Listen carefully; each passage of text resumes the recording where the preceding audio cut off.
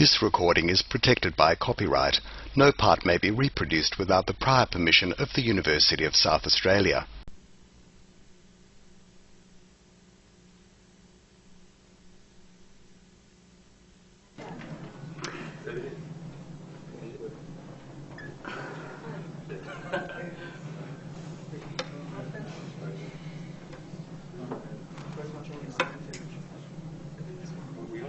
So what we're covering today is use case modelling part 2. Last week we looked at the first half of use case modelling, and this week you've had some practice in creating some activity diagrams and extended use case descriptions based on the flow of activities that we specify in the activity diagram. So activity diagram, we have the flow of use case description, we have the flow of activities, and we can create an activity diagram. So understanding the relationship between the two is a really good point. And again, you've got a couple of scenarios in this week's tutorial where you have to apply a given scenario and create an activity diagram and an extended use case description. Important to understand and recognise the difference between a use case and a use case scenario, and that's part of your checkpoints for this week. So I've actually included a reminder that there is a checkpoint this week. Thanks to someone in my tute, which I can't remember, was it you? Thanks to someone in one of my tutes that said you didn't have a reminder that there's a checkpoint. Was it you, Dion? Yeah. Yeah. There you go. I've put it in there now, and I've backtracked it for the other ones, and I'll continue to do so. So whenever there's a checkpoint, there'll also be a reminder. So I've got that. Couple of videos I want to show you, which really, in addition to what I could say, I think they really quite clearly demonstrate what we mean by system sequence diagrams and how they can be used, but also some of the ways that we can use frames in system sequence diagrams, whether it's the loop frame, whether it's the alt frame. So there's 3 different frames that we look at in terms of the way we represent looping and conditions and testing within system sequence diagrams. And there's ways that we use syntax to do that in those diagrams. So the second video is going to talk about those different frames within system sequence diagrams. And then we'll finally move on to looking at use cases and CRUD, which is create, read, update and delete. This is probably more to do with the database side of it, and I'm not sure if you've spoken about it or heard about it in your database course or not. But it's a way of identifying whether we've actually identified all the use cases and whether we've factored everything into the objects that we've created in our database.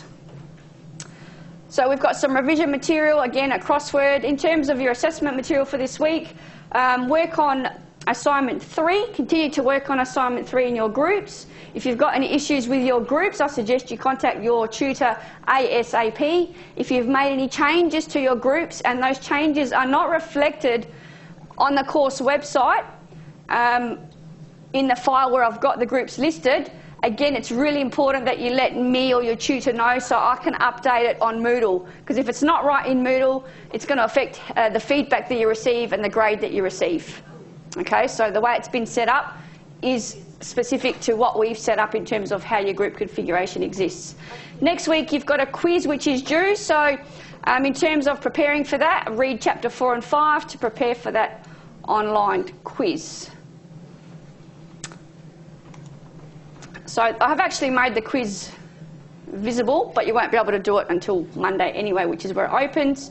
And this is where I've got the groups as of the 15th. Now, May has sent me an email, which I haven't incorporated yet, about a couple of changes. I'll probably be doing that this week, and I'll update this document. So I'll send a message on the news forum to say when I've updated that document to reflect the latest changes in the groups. So if you've notified May of any recent changes, she has let me know, and I will be incorporating those shortly. Okay, that's it for the weekly stuff. Now, I, for some reason, didn't copy the PowerPoint file onto my USB as I normally do, so I'm just working off the PDF. So it's a little bit, it's the same content, but just working off the PDF today. So again, we'll be looking at the system sequence diagram, use cases and CRUD, and integrating the requirements model. So giving you a bit of a holistic overview as to which models are relevant for use case modelling, which models are relevant for domain modelling, and just to give you an idea of the different types of models that are, I guess, relevant to each of the types of things that we're looking at.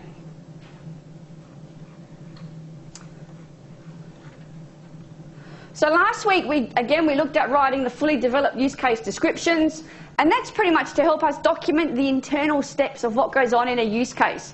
We've got a use case, we've got various scenarios for a use case. The reason why we have scenarios, again, just to reiterate, is if you have creating a customer account, and there are different ways you can create that account, whether it's via telephone, whether it's in person, whether it's online. Create customer account is the use case, but we can have 3 different scenarios. Okay, and the processing and the business processes that occur in each of those scenarios may vary slightly, which means we can create for that particular use case 3 different scenarios or 3 different fully developed use case descriptions. The information varies slightly in the top half. It will probably vary a lot more when you describe your flow of activities between the actor and the system and the exception conditions. So that's where the variation lies between the use case and the varying scenarios. So we also looked at how activity diagrams can also be used to show the flow of activities for a use case. So moving on, we'll now look at system sequence diagrams, crowd analysis, and looking at the models we have looked at so far. So let's just have a look at the video on system sequence diagrams, and I'll probably interject throughout if necessary to ask some questions or add further discussion.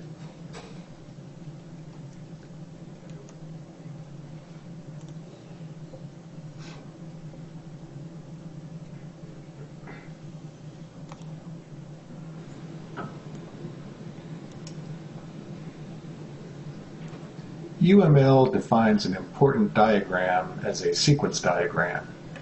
The sequence diagram shows the sequence of interactions between objects, mainly identifying messages going back and forth from one object to another. The system sequence diagram, or SSD, is a special type of sequence diagram that is useful for showing the dialogue between the actor and the computer system for each use case. Sequence diagrams can be a lot more detailed. We'll see that in the design section later.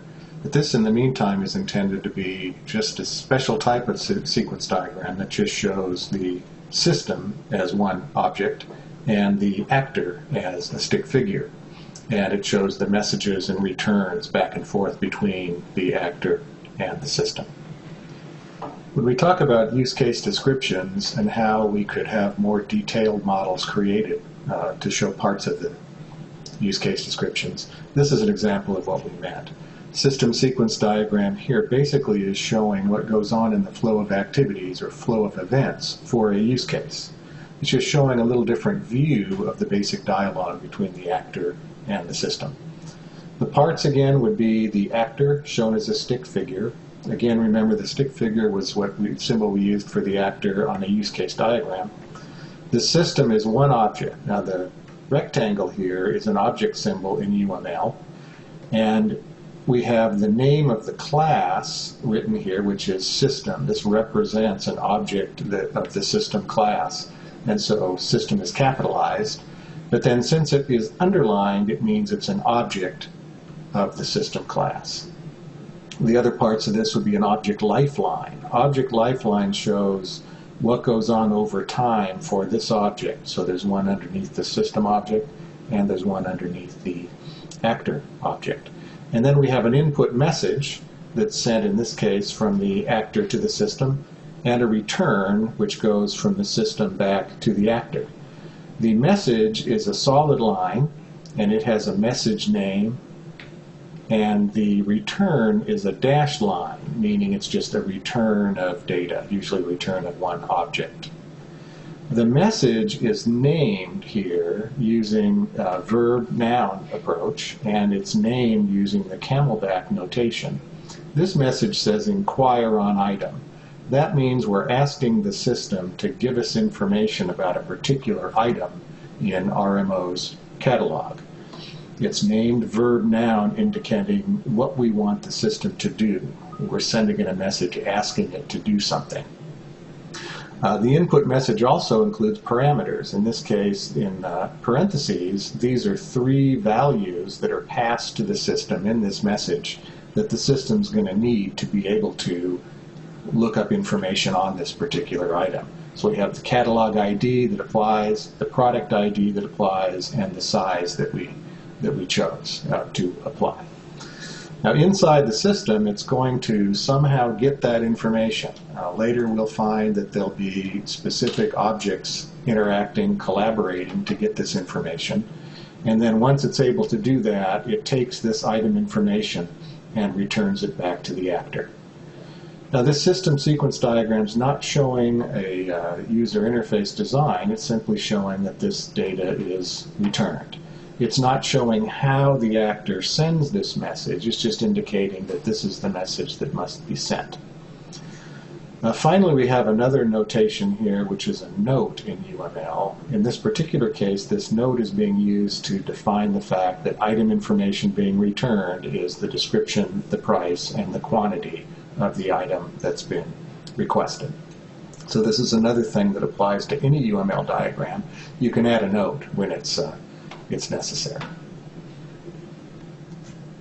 This is a system sequence diagram for the use case create customer account. We saw this use case description in a prior video.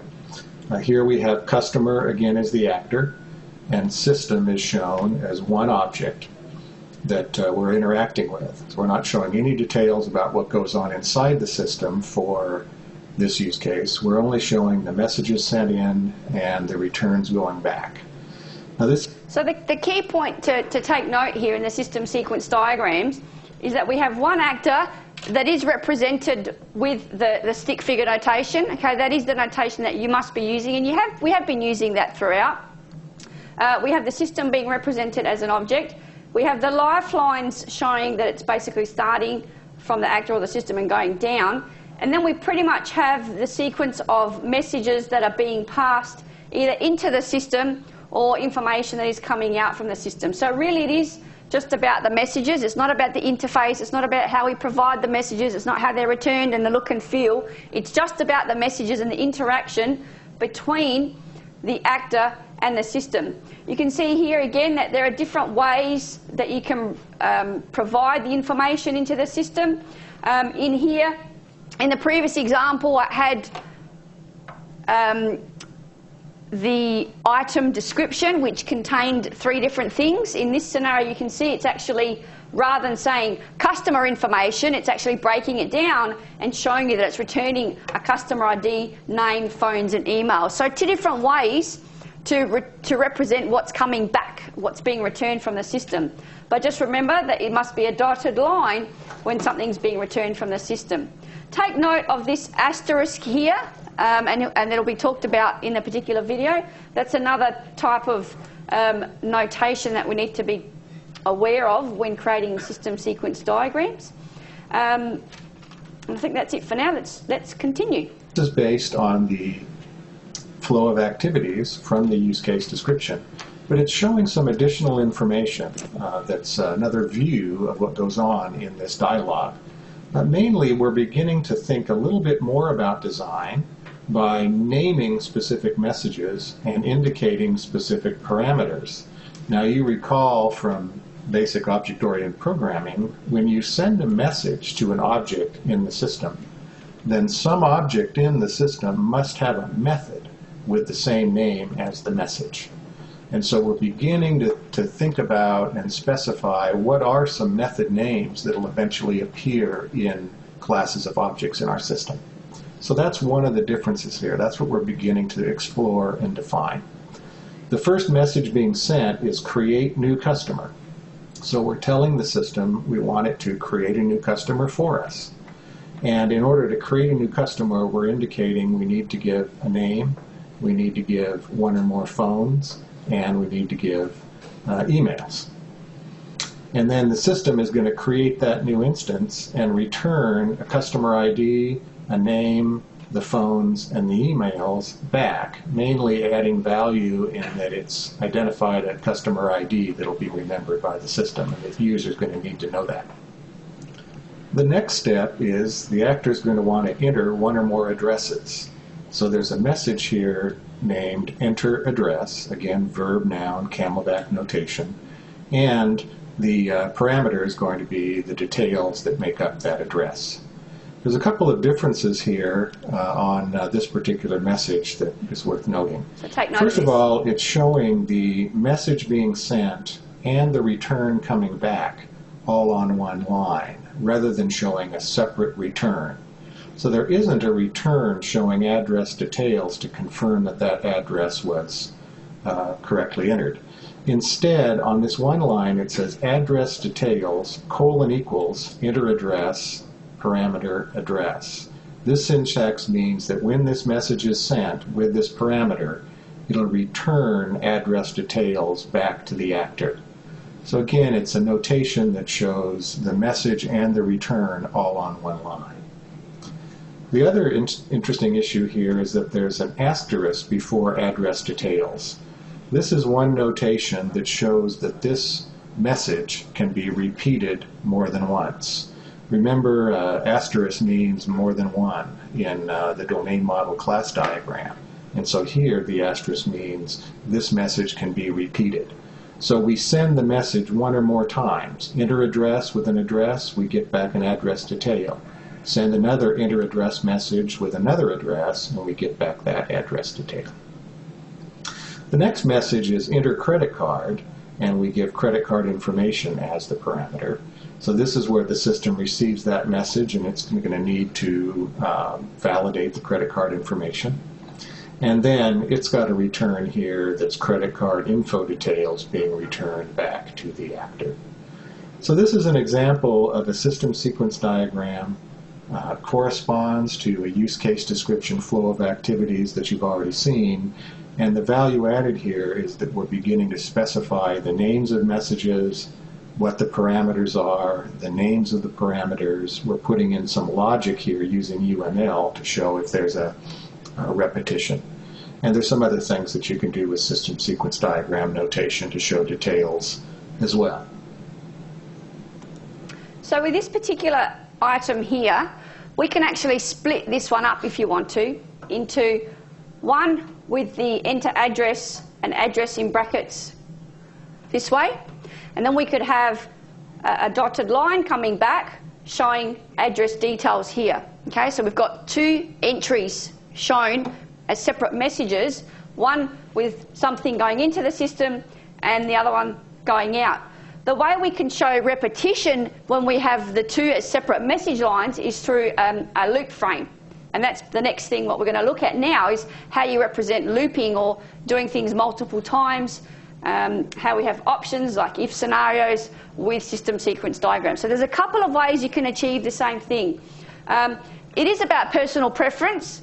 I prefer the longer method where you're showing the two separate lines. To me, it just adds a bit more clarity in terms of you can clearly see the messages that are going into the system versus the messages that are coming out from the system. But again, it's completely legal, it's completely fine to use that particular notation and have it on the one line where you have your return value first with the semicolon followed by the input parameters into the system.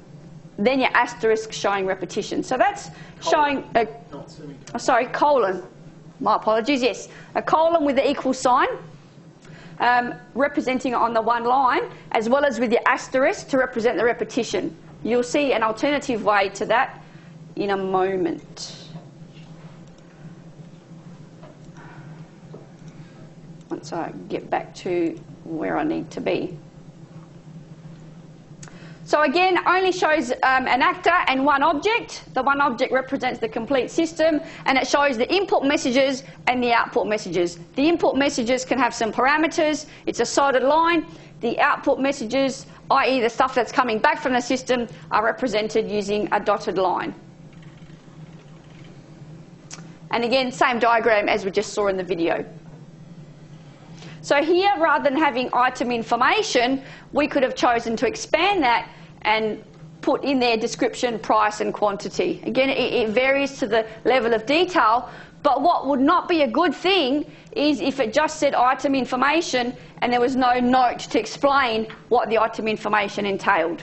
Okay, because then that's leaving it up to the designers and their intuition to try and figure out, okay, item information, what does that mean? What do you actually want returned from the system when I actually code this thing up? Okay, so you must show it one way or another in terms of what actually is being returned by the system. And that's just the scenario that we just looked at. Now it gives you some notation for the system sequence diagram and how the messages basically look. Again, we've got an asterisk repeating or looping of the message. We can use brackets to indicate a true-false condition. So if that condition is true or false, then we actually proceed and continue with what we're doing. Again, this shows you the return value with the colon and the equals sign, and then the input message and the parameter list. Okay. If you are showing the return value on the same line as the message, it does require the colon and the equal sign. Okay, that's one thing you really need to be aware of. Otherwise, you place them on two separate lines, one with the message and the input parameters as a solid line, then you would have your return messages as the dotted line with the arrows pointing out and away from the system.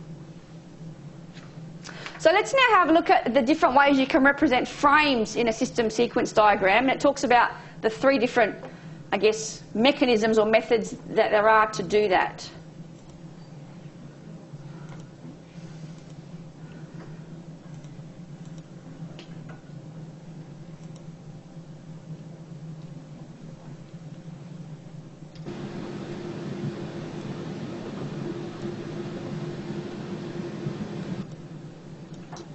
There are two different ways to show repetition within a system sequence diagram.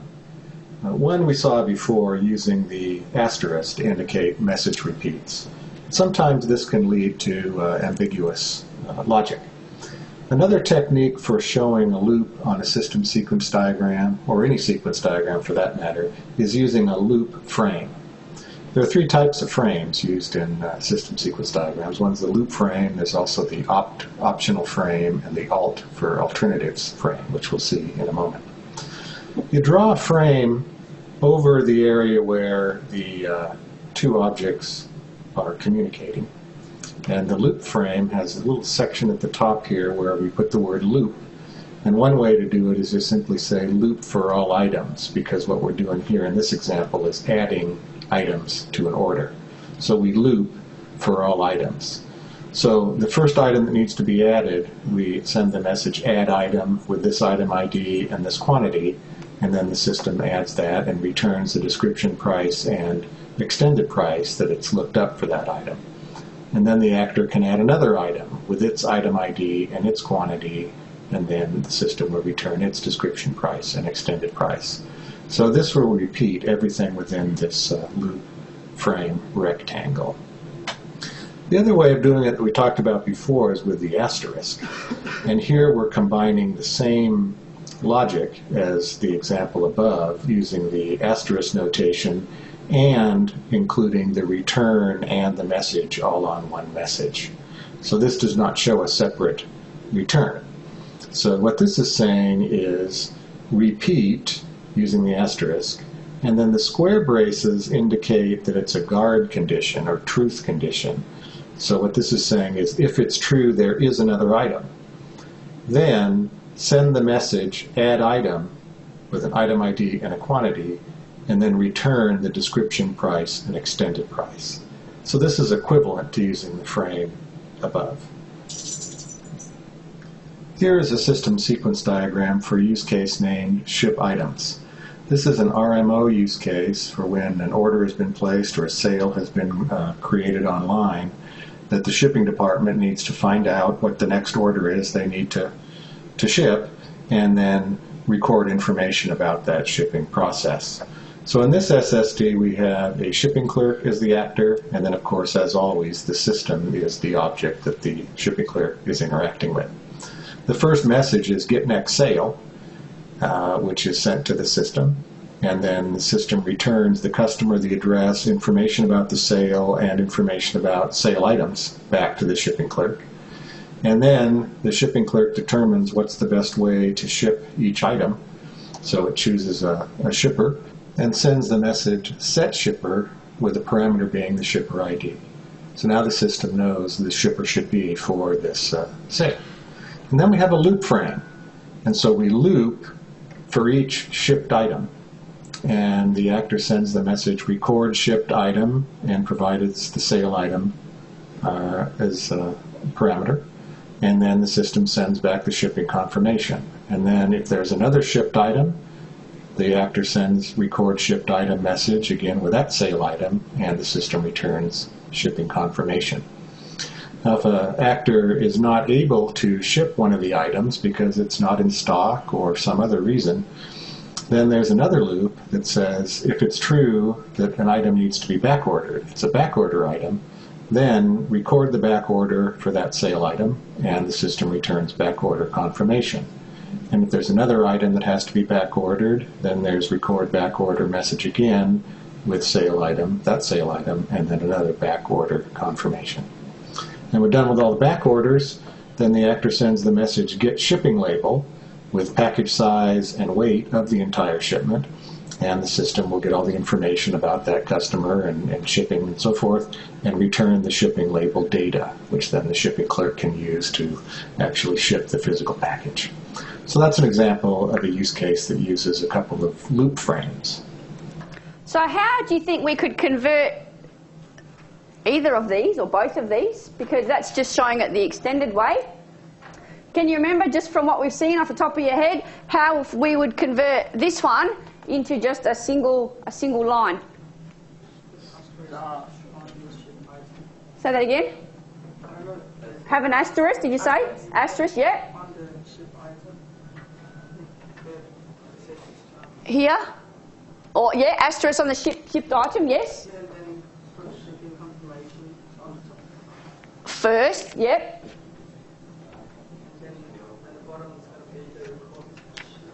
Record shipped item, sale item. So we have, it's kind of back to front thinking. It may be a little bit confusing, which is why personally I prefer this notation that we can see here. But again, it's personal preference. You could actually have this as one line. You could actually have this as one line. So we'd have it basically as an asterisk with the bracket shipped item.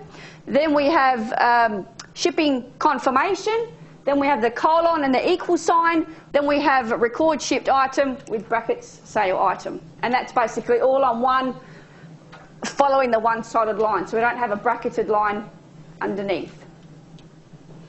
Okay, so different ways you can actually show the looping, the repetition, and messages coming into the system as well as messages being returned from the system. If you want to do the combination of all of those in either your assignment or your exam, that's fine, as long as you understand what you're doing in the notation and why you're using it. Okay, so either is fine. Now we'll have a look at the alt frame and the opt frame, which are different ways we can represent again, scenarios in system sequence diagrams. The other two types of frames are the opt frame and the alt frame. The opt frame means that the steps, the messages back and forth, are optional. And it uses the same kind of rectangle with the same area at the top with the word OPT in it for optional. And what this says, if it's true that an accessory has been selected, then add the accessory, and here's the accessory information. And then the system will return accessory details. The alt frame is a traditional if-else kind of syntax. And so we have a frame with a dotted line down the middle, and it says alt at the top. It means alternatives. So alternative, if the item is taxable, if it's true that it's a taxable item, then send the message add sales tax, and here's a location code to help determine the tax amount. And then the system will calculate that and return the sales tax detail. Else, if it's true that it's not a taxable item, then add tax exception code with an exception code, and the system will return tax exemption details. So this is basically the if-else logic that we find in structured programming all the time. Okay, so again, we've got the loop frame to show looping and repetition. We've got the opt frame to show that something is optional. We've got the alt frame to show your if-else scenario. So we've got the if part at the front. In this case, it's a taxable item. Then you have the closely dotted line followed by the else part in the else component. And again, we've got our message coming into the system with our parameters, and we've got our dotted line leaving the system, again showing what information is being returned from the system. So 3 different ways, 3 different frames represented in system sequence diagrams.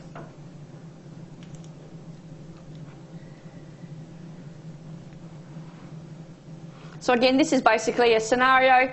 What I was saying to you to convert that example that we were doing, this is the previous example where we have the add item. In this case, we have more items up here. We have another item here, followed by the asterisk, so it's very similar there. Then we have the description price, extended price. We have the description price, extended price. We have the colon. And then we have the input component, which is the add item, item ID and quantity. The input component, which is the add item, item ID and quantity. So exactly the same thing, but 2 different ways of representing that particular scenario or that loop frame in this particular system sequence diagram. And again, this just shows you examples of what we had in the video of the opt frame and the alt frame. So just some steps for developing system sequence diagrams. It's really important to, I guess it does flow from the use case flow of activities or your activity diagram, so you can see who the actor is and how they're interacting with the system. But rather than looking at the interface and how it's all going to look and feel, it's more so representing what the messages are and the parameters that we're working with in terms of providing things into the system, as well as looking at what your method names are going to be called as well. So starting to think about method names. So what are our method names? What are our parameters being provided into the system, as well as what's being returned from the system? Again, using the verb-noun technique, and it did talk about the camelback notation when we are referring to and providing method names in the messages. So we identify the input message, we describe the message from the external actor to the system using that message notation. We then identify any special conditions, whether there is any iteration with the loop frame. We determine whether there is any optional or alt frames that we need to incorporate into the diagram. You then identify and add any output return values. Okay, and again, it shows different scenarios of how to represent and show your return values, whether it's as part of the input message itself, or whether it's an explicit return or a separate dashed line. Okay, this is 2 ways we can specify and identify output return values on a system sequence diagram. And that's pretty much it. They're the steps involved in developing the system sequence diagram. It's just a matter of looking at your use case scenario or your flow of activities in your activity diagram to establish the sequence of how things are done. So basically, it goes from left to right and top to bottom. Okay, from your input to your system, starting at the top and working your way down the actual system sequence diagram. So the next thing we'll look at is use cases and CRUD. Okay, just to finish off for today.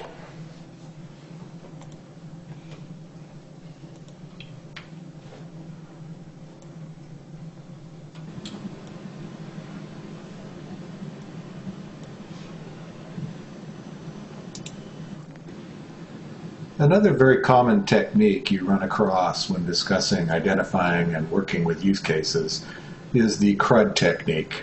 CRUD is an acronym that stands for Create, Read or Report, Update, and Delete, or actually Archive, when it comes to database records. Quick question, have you been exposed to CRUD in your database, any database courses that you've done so far? You haven't? Oh, couple have? Okay. The concept's there, but it hasn't been called CRUD. Okay, so you're in the frame or the mindset of thinking about when you create items, you need to be able to create, well, when you're working with items and objects, you need to think about being able to create them. Can you read them? Can you make a report to list the information? Can you update the information? Can you delete the information? Okay.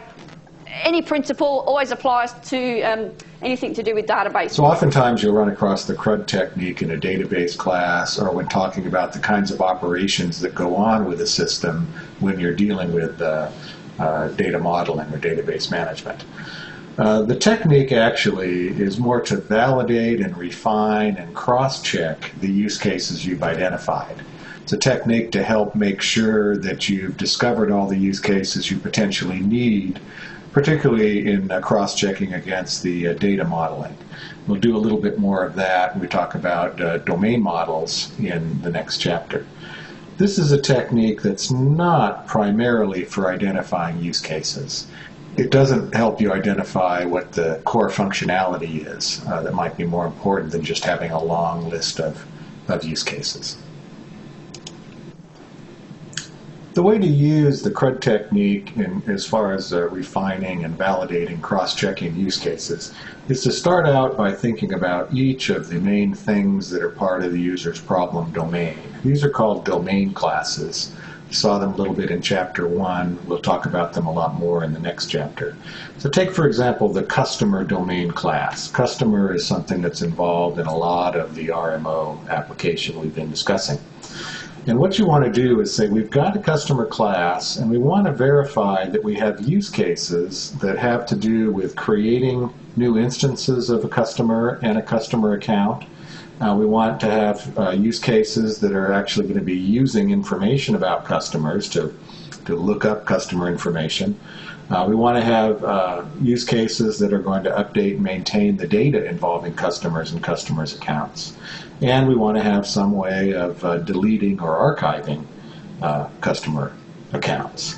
So for example, for the customer data entity or domain class, for create, we've identified a use case called create customer account. Create customer account creates a customer instance. And for terms of reading and reporting, looking up customer is a use case we've already identified. And when we produce customer usage report, another use case we've identified, it's looking up and reading information about a customer. Process account adjustment is a use case that updates information about a customer. And updating customer account is another use case that updates information about a customer. In terms of deleting, you don't often delete records. Instead, you mark them as being archived, or you set them up to be archived. So in terms of delete, under Update Customer Account, one of the options for this use case should be to archive that customer. It's no longer being an active customer. So for the customer domain class, or the customer data entity, we verified that there are indeed use cases that are involved in creating, reading, reporting, update, and deleting customer data. So this is helping us verify that we've included all the use cases that we're going to need to have. As you're using a CRUD technique to help you validate your use cases, the one thing you can do is create a matrix table. One column could be the use case name.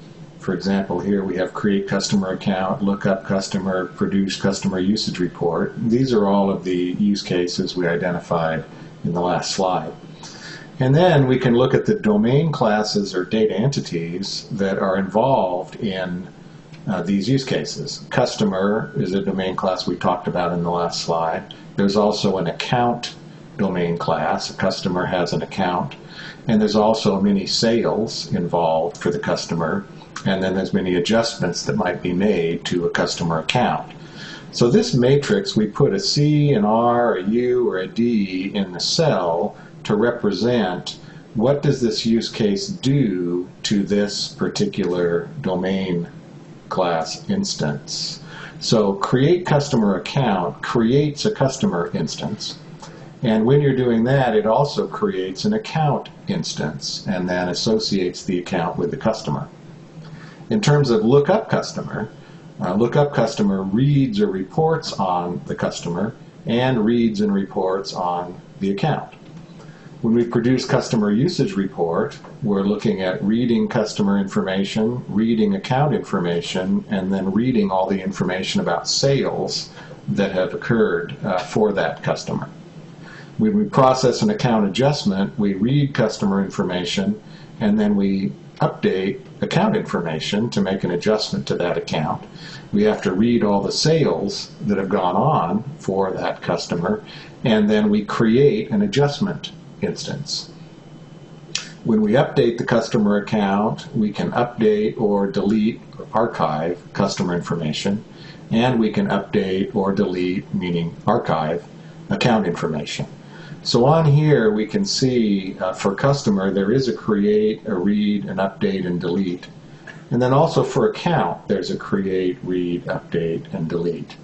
For sale, these use cases only read information about a sale, and for adjustment, one of these use cases creates an adjustment instance. So if you map out all of the use cases, all of the domain classes, it gives you a good picture of which use cases are involved in interacting with which domain classes. So that's a way that you can actually use the CRUD technique to help you to validate your work.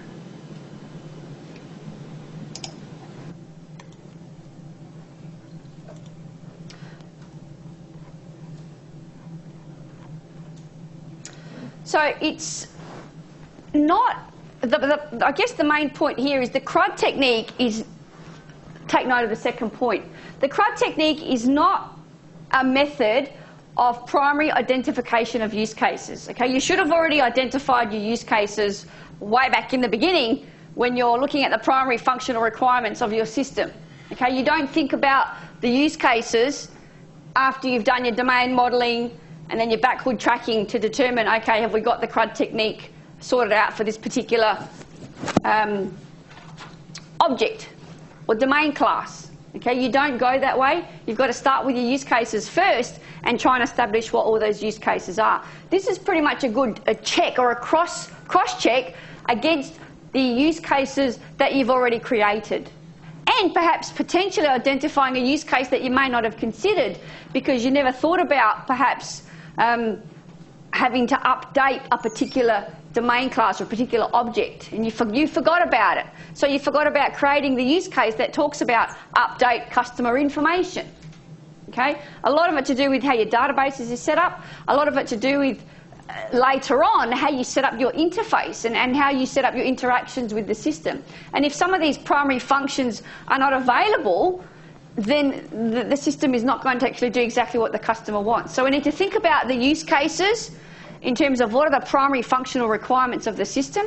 We need to model those use cases. Then we need to think about our domain model and looking at the classes that we're going to have.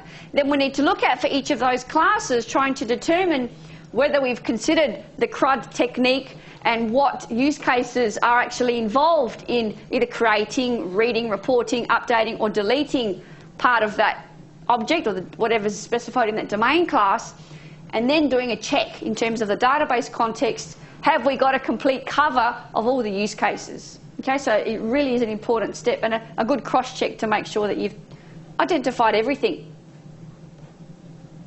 So, and this is basically, verifying the use cases for customers. So we've got our data entity or our domain class, and you should repeat this for every domain class that you have. Data entity / domain class. If you've got one for customer, do the CRUD technique. If you've got one for supplier, do the CRUD technique. If you've got one for inventory, do the CRUD technique. Can we do all of those things for that particular domain class? And what are those things and how have you specified them? And what is the actual use case that you've created way back when to actually allow the facilitation of creating, reading, reporting, updating, or deleting information to do with that domain class? Okay, so it's a flow of events that we need to follow, and a really good mechanism for verifying that we've got the appropriate use cases for those particular domain classes. So you do this for each domain class, look at the verified use case, and then, as was mentioned in the video, so identify all your classes, verify the use case exists to do the CRUD, and then you add new use cases as required if you've identified any new use cases after doing that technique. And then we can do this particular CRUD matrix. Okay? And then we identify for that particular domain class and all the use cases for that domain class. And in this case, it's just the use cases for the customer class, which other classes or domain classes are involved in those particular use cases for the customer domain class. And in this case, we do have customer, account, sale, and adjustment, because they're the ones that are being used or invoked or storing information or retrieving information or updating information, whatever, to do with these use cases that we've identified for the customer domain class. So a couple of steps in terms of using the CRUD technique. Now, just to finish off, it's really good to get an overview of how we integrate these requirements from models. Remember that we don't need to have every single iteration or every single version of every single diagram for every single scenario that we create. Okay? It all varies depending on, I guess, the system that you're creating, depends on the size and the nature and the complexity of the system that you are modelling. But in terms of looking at use cases, the things that we need to consider are the use case diagram, okay, which is the top level diagram. We can then have a use case description to show what's going on in each of those use cases that you've identified, which are based on the primary functional requirements of the system. We can then, from the use case description, create an activity diagram which shows the flow of activities and the actors involved in that particular use case scenario or the use case that you're looking at. We can also have a system sequence diagram based on the interaction between an actor and the system to show the flow of messages. Okay? And it's different information that's being displayed in each of these particular models that we've created. It's not the same information. If it was the same information, there's no point in having it. Okay? So there are different reasons why we create these different diagrams. In terms of domain classes, we've got our domain model class diagram, and we looked at state machine diagrams last week. I'm pretty sure it was last week. Sorry. That's all right. Where you need to look at your domain model, or you need to look at your objects or your domain classes and determine, does this particular object have different states? For example, the printer example, the printer can be off, the printer can be on. What triggers that printer to move, to go from being off to on, or vice versa? Okay, so the state machine diagram for a particular domain class or an object shows what are the different states that object can be in, what are the triggers, okay, and how can we move from one state to another, or how do we transition from one state to another for that particular object in that particular domain class. So the state machine diagram is related to our domain classes and our domain modelling. And you can see a bit of a visual representation here. We've got the use case diagrams with our use case descriptions, activity diagrams, system sequence diagrams, and there's a bit of a relationship between some of those. Then we've got our domain model class diagram followed by the state machine diagram. So you're probably quite overwhelmed. Wow, there's heaps of diagrams happening here. But I think it's important to understand that we don't need to create all of them, but we need to have at least the top level as a minimum, okay? And then start adding further requirements as they are necessary and as we need to gather those requirements and clarify those requirements for the users, because if we don't have the requirements correct and complete, the system is not going to meet the customer's objective in terms of how it's been designed. And as a systems analyst, you need to determine what level of detail you are going to provide or obtain from the customer in order for the design and the development to take place that truly reflects what the customer wants. Okay? I think that's it for today. All right, I'll see you all next week.